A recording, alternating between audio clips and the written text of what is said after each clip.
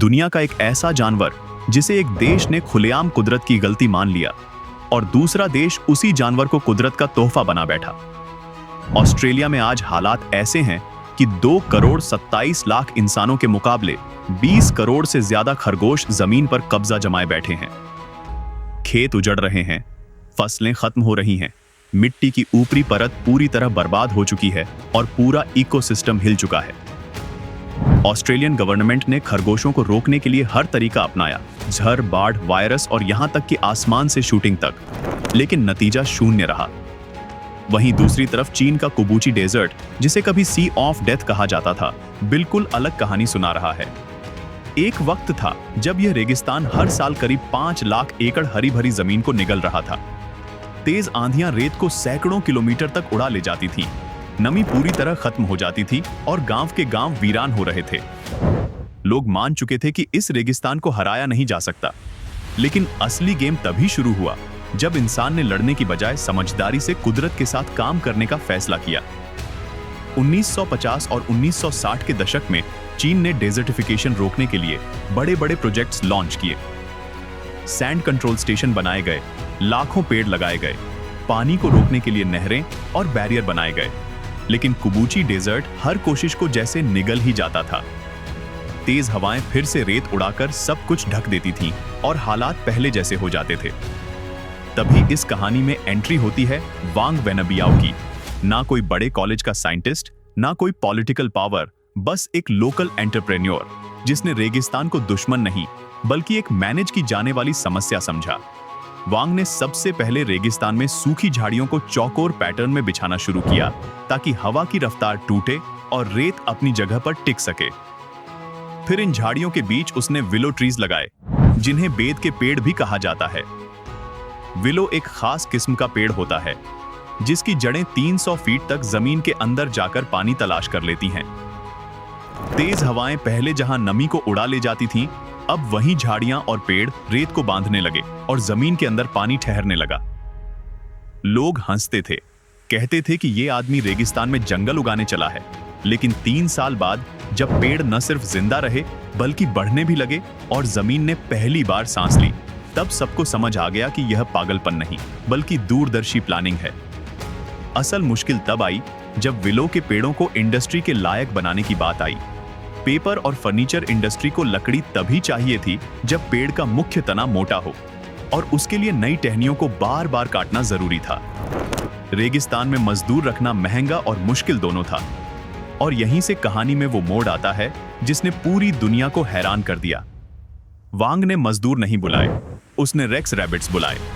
Racks rabbits दुनिया की सबसे कीमती नस्लों में से एक है, जिनका फर ऑटर जैसा मुलायम होता है और लग्जरी फैशन इंडस्ट्री में भारी कीमत पर बिकता है। लेकिन असली वजह यह थी कि ये खरगोश विलो की नई और पतली टहनियां बड़े चाव से खाते हैं। जैसे जैसे खरगोश टहनियां खाते गए, पेड़ का मुख्य तना और मजबूत होता गया। यानी जो काम इंसान पैसे लेकर करता, वही काम खरगोश खाना खाकर करने लगे। ऊपर से रेक्स रैबिट्स का गोबर एक नेचुरल फर्टिलाइजर साबित हुआ और चीन के जीरो वेस्ट मॉडल का अहम हिस्सा बन गया। अब चमत्कार ने सचमुच रफ्तार पकड़ ली थी। विलो की गहरी और मजबूत जड़ों ने रेत को जकड़ लिया, जिससे तेज हवाओं की ताकत टूटने लगी और जो नमी पहले कुछ ही घंटों में उड़ जाया करती थी, वह अब जमीन के अंदर टिकने लगी। मिट्टी में पहली बार जान महसूस होने लगी। इसी बीच रेक्स रैबिट्स की एक और खासियत ने पूरे सिस्टम को कई गुना ताकत दे दी, इनकी जबरदस्त रिप्रोडक्शन स्पीड। एक फीमेल रेक्स रैबिट साल में लगभग 50 बच्चों जन्म देती है, जिससे बहुत कम समय में उनकी आबादी तेजी से बढ़ने लगी। जैसे जैसे खरगोश बढ़ते गए, वैसे वैसे उनका गोबर भी बढ़ता गया, जो एक नेचुरल और ऑर्गेनिक फर्टिलाइजर के रूप में जमीन में मिलकर उसकी क्वालिटी सुधारने लगा। धीरे धीरे वह रेत, जिस पर कभी कुछ भी उगना नामुमकिन था, उपजाऊ मिट्टी में बदलने लगी। सबसे पहले छोटी छोटी घास की पत्तियां दिखाई दी, फिर झाड़ियां उगीं और उसके बाद सब्जियों की खेती भी शुरू हो गई। यह बदलाव इतना तेज था कि लोग अपनी आंखों पर यकीन नहीं कर पा रहे थे। सबसे हैरान करने वाली बात यह थी कि रेक्स रैबिट्स घास तो खा लेते हैं, लेकिन घास के बीज पचा नहीं पाते। ये बीज उनके गोबर के साथ बाहर निकल आते और कुछ ही समय में नई घास अपने आप उगने लगती। इस तरह बिना किसी मशीन, बिना किसी केमिकल और बिना किसी अतिरिक्त लागत के जमीन पर हरियाली फैलने लगी। अब खरगोश सिर्फ घास काटने वाले नहीं थे, बल्कि वही घास बोने वाले भी बन चुके थे। उनके चलने फिरने से मिट्टी हल्की होती थी, गोबर से उसे पोषण मिलता था और विलो की जड़ों से उसे मजबूती। यही वजह थी कि यह पूरा मॉडल एक परफेक्ट सेल्फ सस्टेनिंग इकोसिस्टम बन गया, जहां इंसान, जानवर और पेड़ किसी मालिक मजदूर की तरह नहीं, बल्कि पार्टनर्स की तरह एक ही रिदम में काम कर रहे थे। जब यह मॉडल पूरी तरह कामयाब साबित हुआ, तब वांग वेनबियाओ ने समझ लिया कि अब यह सिर्फ एक एक्सपेरिमेंट नहीं रहा, बल्कि एक ऐसा सिस्टम बन चुका है जिसे बड़े पैमाने पर अपनाया जा सकता है। उसने छोटे दायरे में रुकने की बजाय इसे पूरे कुबूची डेजर्ट में फैलाने का फैसला किया। इसके लिए उसने 100 से ज्यादा बुलडोजर किराए पर लिए और सालों से बने रेत के ऊंचे ऊंचे टीलों को समतल करना शुरू कर दिया। जहां कभी सिर्फ रेत की लहरें दिखाई देती थीं, वहां गड्ढे भरे गए, जमीन को लेवल किया गया और एक बार फिर उसी जमीन पर विलो ट्रीज लगाए गए। ये काम आसान नहीं था, लेकिन अब उसके पास एक साबित हो चुका मॉडल था। इसीलिए इस बार लोगों को हंसने का मौका नहीं मिला, बल्कि उम्मीद दिखाई देने लगी। चीन सरकार ने भी इस बदलाव की ताकत को पहचान लिया और वांग के मॉडल को पूरा सपोर्ट दिया। सरकारी मदद से लाखों रेक्स रैबिट्स मंगाए गए और लोकल लोगों में बांट दिए गए, ताकि वे खुद भी इस इकोसिस्टम का हिस्सा बन सकें। देखते ही देखते हर घर एक छोटे फार्म में बदल गया। जिन लोगों के पास पहले कोई काम नहीं था, वही लोग अब विलो ट्रीज, खरगोश पालन और खेती से जुड़ गए। आज कुबूची डेजर्ट करीब 18,600 स्क्वायर किलोमीटर में फैला हुआ है और संयुक्त राष्ट्र की रिपोर्ट के मुताबिक इसका लगभग 33% हिस्सा अब हरा भरा हो चुका है। यहाँ 2000 से ज्यादा फार्म्स सक्रिय हैं।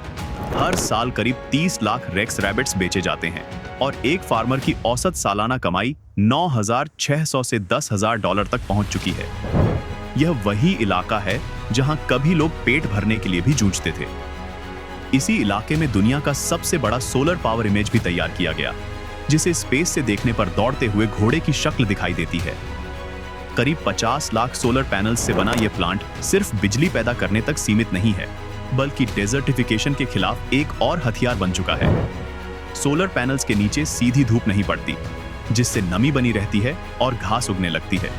इस घास को संभालने और काटने का काम फिर वही रेक्स रैबिट्स करते हैं, जो अपने गोबर से जमीन को और उपजाऊ बना देते हैं। इस तरह एनर्जी, खेती, एनवायरनमेंट और लोकल इकोनॉमी चारों एक साथ आगे बढ़ते हैं। यही वजह है कि ऑस्ट्रेलिया और चीन में एक ही जानवर की कहानी बिल्कुल उलट है। एक जगह खरगोश आफत बन गए क्योंकि उन्हें बिना प्लान के छोड़ दिया गया। दूसरी जगह वही खरगोश नेमत बन गए क्योंकि उन्हें एक संतुलित और कंट्रोल्ड सिस्टम का हिस्सा बनाया गया। कुबूची डेजर्ट आज पूरी दुनिया के लिए एक जिंदा उदाहरण है कि अगर इंसान कुदरत से लड़ने की बजाय उसके साथ मिलकर समझदारी से काम करे, तो मौत के समंदर को भी जिंदगी का बाग बनाया जा सकता है।